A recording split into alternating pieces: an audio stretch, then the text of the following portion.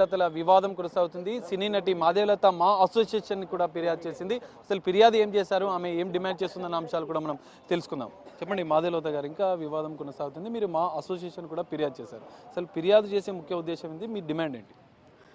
ఫిర్యాదు చేసే ముఖ్య ఉద్దేశం ఏంటి అంటే, నన్ను సినిమా అమ్మాయి అని చెప్పేసి ఫస్ట్ ఈ సినిమా వాళ్ళందరూ అంతే, ఈ సినిమా వాళ్ళు ఇట్లే తిరుగుతారు, సినిమా వాళ్ళు అట్లనే బతుకుతారు, అండ్ ఇంకోటి సినిమాల్లో ఏదో పూలేసుకొని కనిపించేస్తే దాని కింద నేకెడ్గా ఉంటారు, అలాంటి వ్యాఖ్యలన్నీ చేశారు. సో అది ఖచ్చితంగా సినిమా ఇండస్ట్రీకి సంబంధించింది. లేకపోతే ఇంకోటి కదా, ఓన్లీ నేను పాలిటిక్స్లో ఉంటే మేబీ అది మెన్షన్ చేసి తిట్టేవాళ్ళు. రెండు తిట్టారు, సినిమా పార్టీ రెండు మిక్స్ చేసి తిట్టారు. బట్ మొదటగా ఇది మెన్షన్ చేశారు కాబట్టి సినిమా ఇండస్ట్రీ నుంచి ఖచ్చితంగా కండెమ్ చేయాలి. ఎందుకంటే ఇప్పటి వరకు చాలా సోషల్ మీడియాలో రకరకాల ట్రోలింగ్స్ ఎదురవుతూ ఉన్నాయి సినిమా వాళ్ళ మీద. వీళ్ళు ఇంతే, కొంచెం గ్లామరస్ డ్రెస్ వేసుకుంటే వీళ్ళు ఇంకా చెడిపోవడానికి రెడీ అయిపోయారు అంతే తప్ప, సో అదొక గ్లామరస్ డ్రెస్ ఇష్టపడి వేసుకున్నారా అనే పాయింట్ ఆఫ్ వ్యూలో ఎవ్వరు ఆలోచన చేయట్లేదు. And when it comes to me, నా పాటికి నేను జాబ్ చేసుకుంటున్నా, ఇప్పుడు కాదు 2015 నుంచి నేను జాబ్ చేసుకుంటూనే ఉన్నాను. అది నా ఫ్రెండ్స్కి, నా వెల్ విషర్స్కి, ఇండస్ట్రీలో చాలామందికి కూడా తెలుసు. సినిమా ఇండస్ట్రీ అనేది నాకు ప్యాషన్. ఇక్కడ బతుకు తెరువు కోసం నేను రాలేదు, నా ప్యాషన్ కోసం వచ్చాను. ఓకే, నా నేచర్కి నాకు మేబీ ఇది వర్కౌట్ అవ్వలేదేమో, so I have other option. బతకడానికి చాలా మార్గాలు ఉన్నాయి. చదువుకునేందుకు నేను డబుల్ మాస్టర్స్ చేశా, సో నా జాబ్ నేను చేసుకుంటున్నా. బట్ స్టిల్ అదే పదే పదే మళ్ళీ మాట్లాడుతుంటే నేను తీసుకోలేను. నేను చాలా హర్ట్ అయ్యాను. ఎందుకో సోషల్ మీడియాలో ఎవడెవడో అంటూ ఉంటే ఒక నెల రోజులు చూస్తాను, నెల ఒకటో రోజు కౌంటర్ ఇచ్చి పడేస్తాను. కానీ బట్ పాలిటీషియన్స్ అన్నప్పుడు చాలామంది నమ్ముతారు, ఓ వీళ్ళకి చాలా తెలుసు, వీళ్ళు చాలా స్పై చేసి ఉంటారు, లేకపోతే స్టింగ్ ఆపరేషన్లు చేసి ఉంటారు అని చెప్పేసి. సో మీడియా మొత్తం కలిసి నా మీద సంవత్సరం పాటు స్టింగ్ ఆపరేషన్ చేసిన, they cannot even find any fault except my job. అలా నన్ను అన్నప్పుడు నేను చాలా హర్ట్ అయ్యా, చాలా ఎమోషనల్గా వీక్ అయ్యా. బట్ స్టిల్ మళ్ళీ గెట్ బ్యాక్ అయ్యా. సో ఒక సామాజిక బాధ్యతగా మీరు మహిళలకు ఒక సందేశం, ఒక సూచన చేస్తున్న సందర్భంలో మరి పొలిటికల్ లీడర్లు ఈ విధంగా టార్గెట్ చేయడాన్ని మీరు ఎట్లా చూస్తారు? పొలిటికల్ లీడర్స్ అంటే సినిమా వాళ్ళు అనగానే చెప్పాను కదా, సినిమా వాళ్ళు అనగానే వీళ్ళు ఇంతే. ఇంకోటి వచ్చేసి ఒక అమ్మాయిని నోరు మూపించాలంటే ఇంతకంటే పెద్ద పదం ఉండదు ఇంకా. So they can shut there mouths, అమ్మో నా మీద ఇంత నిందొచ్చేసింది, సో నోరు మూసుకొని మన పనులన్నీ మానేసి వెనక్కి వెళ్ళిపోయి ఏదో ప్లీజ్ అయ్యా అని చెప్పేసి కాలు పట్టుకొని బతిమలాడేసుకొని పనులు చేసుకుందాం అన్నారు. బట్ దే యాక్చువల్లీ నా వాయిస్ నోరు మూయించడం అనేది, అంటే నా నోరు మూయించడం అనేది వాళ్ళకి అవ్వదు. దే అనే రాంగ్ పర్సన్ని టచ్ చేశారు.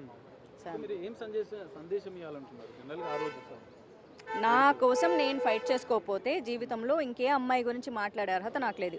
ఏ ఆడవాళ్ళ సేఫ్టీ గురించి, మాన ప్రాణ రక్షణ గురించి నేను మాట్లాడడం జరిగిందో దానికి చిన్న ఎలాబరేట్ చేసి చెప్తా అండి. నిజంగా ఏమీ జరగలేదు కాబట్టి ఓకే.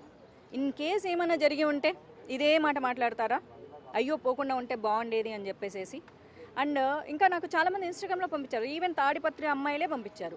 కొంతమంది ఏమో అక్కడ అంతమంది ఆడవాళ్ళని పిలిచారు, సో వాళ్ళు సీసీటీవీలో మొత్తం అదే కెమెరాలో రికార్డ్ చేసుకొని బాగున్న అమ్మాయిని పికప్ చేసేసి వాళ్ళు ఇంకా వేరే మన పొలిటికల్ లాబింగ్కి యూస్ చేసుకుంటున్నారేమో అని చెప్పేసి డౌట్లు కూడా వ్యక్తం చేశారు.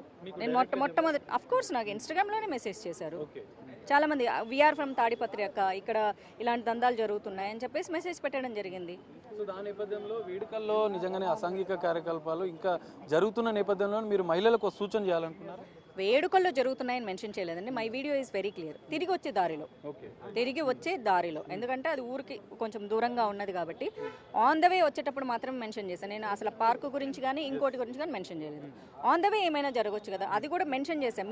మీరు తీసుకునేటటువంటి ఆ ట్రావెల్ ఏదైతే ఉందో, కారో ఆటోనో బైకో ఏదో ఒకటి సమ్వేర్ ఎల్స్ జరగవచ్చు అన్నాను. సో మన ప్రికాషన్ పైగా ఎందుకు అది చెప్పాల్సి వచ్చింది అనుకో, ఓన్లీ ఫర్ లేడీస్ అన్నారు కాబట్టి. ఇప్పుడు ఎండ్ ఆఫ్ ద డే ఆడవాళ్ళు నష్టపోయేది మగవారి వల్లే, కానీ ఆడది ఏం చేసుకుంటే ఏం నష్టపోదు కదా, అందుకు చెప్పాల్సి వచ్చింది అంతే. సో మా అసోసియేషన్కి ఫిర్యాదు చేశారు, మరి ఎలాంటి చర్యలు తీసుకోవాలని చెప్పి మీరు కోరారు? మా అసోసియేషన్కి సంబంధించిన సభ్యులు ఏం రెస్పాండ్ అయ్యారు? చర్యలు తీసుకోమని నేనేం అడగలేదు. కండెమ్ చేయడం అన్నది కూడా చాలా చాలా పెద్ద విషయము. ఇక్కడ నాకు ఇండస్ట్రీ వాళ్ళు అన్యాయం చేస్తే నాకు న్యాయం చేయమని కోరొచ్చు, కానీ ఇండస్ట్రీని పెట్టి తిట్టారు కాబట్టి వాయిస్ రైజ్ చేయడం అన్నది మాకి చాలా చాలా ముఖ్యమైన విషయం. లేదంటే ప్రతిసారి ఇలానే అంటారు. ఎప్పుడైతే మా వాయిస్ రైజ్ చేస్తుందో, ఓ మనం ఈ సినిమా వాళ్ళని అనకూడదు, మా వాళ్ళు మన మీద పడిపోతారు అనే ఒక భయాన్ని క్రియేట్ చేయాలి. ఒక వ్యవస్థను నడుపుకునేది ఎందుకు, ఆర్గనైజేషన్ని, ఆ భయం క్రియేట్ చేయడం కోసం నేను ఆ సపోర్ట్, మోరల్ సపోర్ట్ ఒక్కటే అడిగా. ఆ మోరల్ సపోర్ట్ నాకు చాలా మంచిగా ఇచ్చారు. అండ్ ఫర్దర్గా కూడా మళ్ళీ డిస్కస్ చేసి దీని మీద ఇంకెవ్వరూ ఇలా మాట్లాడకుండా ఉండేలాగా, అంటే ఇప్పుడు పాలిటీషియన్స్, ఇంతకుముందు వేరే వాళ్ళు, ట్రోలర్స్ వదిలేసేయండి, that number of people are talking. So మా అసోసియేషన్ గతంలో కూడా అనేక మంది మహిళలు ఫిర్యాదు చేశారు. సో మహిళల కోసం ప్రత్యేక ప్రొటెక్షన్ సెల్ ఏర్పాటు చేయడం కానీ మహిళల రక్షణ కోసం ఎలాంటి చర్యలు మా అసోసియేషన్ తీసుకోవాలని మీరు సూచిస్తారు? అది మీరు వాళ్ళని అడగాలండి, అంటే అది మీ నన్ను కాదు అభిప్రాయం కదా. ఏంటి? మహిళల ప్రొటెక్షన్ కోసం ఎగ్జాక్ట్లీ, అన్యాయం జరిగినప్పుడు న్యాయం చేయడం అన్నది. అండ్ ఇలాగా ఎవరన్నా మనల్ని అన్నప్పుడు అది ఖచ్చితంగా కండెమ్ చేసి ఉత్తగా క్షమాపణ చెప్పేసి, ఇప్పుడు ఇండస్ట్రీలో అన్నారనుకోండి, వాళ్ళకి ఆ రియలైజేషన్ క్రియేట్ చేయాలి. మీరు ఇంకొకసారి జీవితంలో ఏ ఆడపిల్లని అనకూడదు అని. సో ఈ రెండే చేయగలరు. ఒకటి, అన్యాయం జరిగినప్పుడు న్యాయం చేయాలి, తప్పుగా మాట్లాడినప్పుడు కండెమ్ చేయాలి. ఫైనల్గా మీరు అంటే నెక్స్ట్ మీ కార్యాచరణ ఏంటి? జేసీ ప్రభాకర్ రెడ్డి మీద న్యాయ పోరాటం చేస్తామని కూడా చెప్తున్నారు. ఎలా ముందుకు వెళ్తారు? 100% లీగల్గానే వెళ్తానండి, ఇందులో అసలు డౌట్ ఏం లేదు. నేనేదో పెద్ద పెద్ద ఛాలెంజ్లు చూసుకుందాం రా, నేను కూడా రాయలసీమ ప్రాంతంలోనే పెరిగాను. నేను రాగి సంగటి నాటుకోడి తిన్నాను. నేను కూడా ఉల్లిగడ్డ కారము రొట్టె తిన్నాను. అంతే ఉంది. చిన్నప్పటి నుంచి నేను అంతే ఉన్నాను. నా 5 ఏళ్ల వయసు నుంచి నాకు 17 ఏళ్ల వయసు వచ్చే వరకు నేను కూడా రాయలసీమ ప్రాంతంలో వాటర్ తాగా. అందుకని నేను కూడా చిన్న చిన్న ఫ్యాక్షనిజం స్టోరీలు మా ఊర్లో కూడా చూసా, రక్తం కారేది చూసా, అన్నీ చూసా. అవి చూసే పెరిగిందాన్ని కాబట్టి నాకు భయం అంటే తెలియదు. కానీ అలా ఛాలెంజ్ చేయను.